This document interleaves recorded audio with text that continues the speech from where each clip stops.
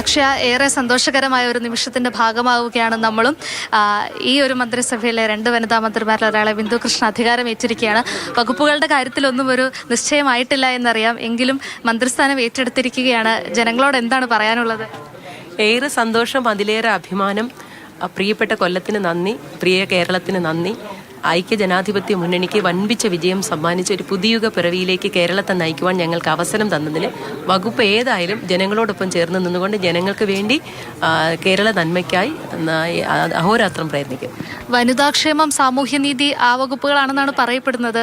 അത് അങ്ങനെ എന്തെങ്കിലും അറിവ് ലഭിച്ചിട്ടുണ്ടോ? ഒരു അറിവും ഔദ്യോഗികമായി ലഭിച്ചിട്ടില്ല. ഇനി ഈ വകുപ്പ് ഏത് തന്നെയായാലും, ഇപ്പോൾ വനിതാക്ഷേമമാണെങ്കിൽ തീർച്ചയായും ഞങ്ങൾ മഹിളാ കോൺഗ്രസ് പ്രസിഡന്റ് എന്ന നിലയിൽ എത്രയോ വർഷമായി വനിതകളുടെ പ്രശ്നങ്ങൾ ഏറ്റെടുത്തുകൊണ്ട് കേരളത്തിലുടനീളം കാസർഗോഡ് മുതൽ മഞ്ചേശ്വരം മുതൽ പാറശാല വരെ യാത്ര ചെയ്തിട്ടുള്ള എല്ലാ വിഷയങ്ങളും ഇടപെട്ടിട്ടുള്ള അതാണെങ്കിൽ അതനുസരിച്ച് സ്ത്രീ സുരക്ഷയെ മുൻനിർത്തി പ്രവർത്തിക്കും.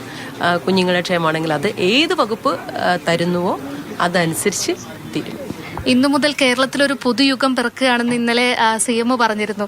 അപ്പോൾ ആ ഒരു രീതിയിൽ തന്നെ ആവില്ലേ മുന്നോട്ട് പോകും? തീർച്ചയായും അങ്ങനെ തന്നെയാണല്ലോ. ഇന്ന് ആദ്യ ക്യാബിനറ്റ് കൂടി എന്താണോ ഇടതുപക്ഷ സർക്കാർ പുറംകാലുകൊണ്ട് ചവിട്ടിക്കളഞ്ഞിരുന്നത്, പാവങ്ങളുടെ പ്രശ്നങ്ങൾക്ക് പരിഹരിക്കാനോ ചെവി കൊടുക്കാനോ തയ്യാറാകാത്ത ആ ഗവൺമെൻറ്, ആദ്യ ക്യാബിനറ്റ് തന്നെ UDF ഗവൺമെൻറ് ആ കാര്യങ്ങൾക്ക് മുൻതൂക്കം കൊടുത്തു. ആശാവർക്കന്മാരെ ഇവിടെ 8 മാസം പെരുമഴയത്തും പൊരി വെയിലത്തും ഇട്ട് കഷ്ടപ്പെടുത്തിയിട്ട് തിരിഞ്ഞു നോക്കാത്ത സർക്കാർ ഇന്ന് ആദ്യത്തെ ക്യാബിനറ്റ് തന്നെ ആദ്യപടി എന്നതിൽ 3000 രൂപ വർദ്ധിപ്പിച്ചുകൊണ്ട്, ഓണറേറിയം വർദ്ധിപ്പിച്ചുകൊണ്ട് ഞങ്ങൾ ക്ഷേമ പ്രവർത്തനങ്ങൾ ആരംഭിച്ചു.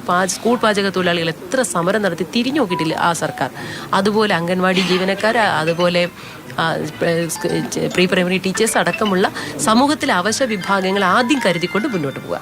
മാതൃഭൂമിയുടെ വക എല്ലാവിധത്തിലുള്ള ആശംസകളും. Thank you so much. പ്രിയപ്പെട്ട മാതൃഭൂമി പ്രേക്ഷകരുടെ എല്ലാ പിന്തുണയും ഉണ്ടാകണം.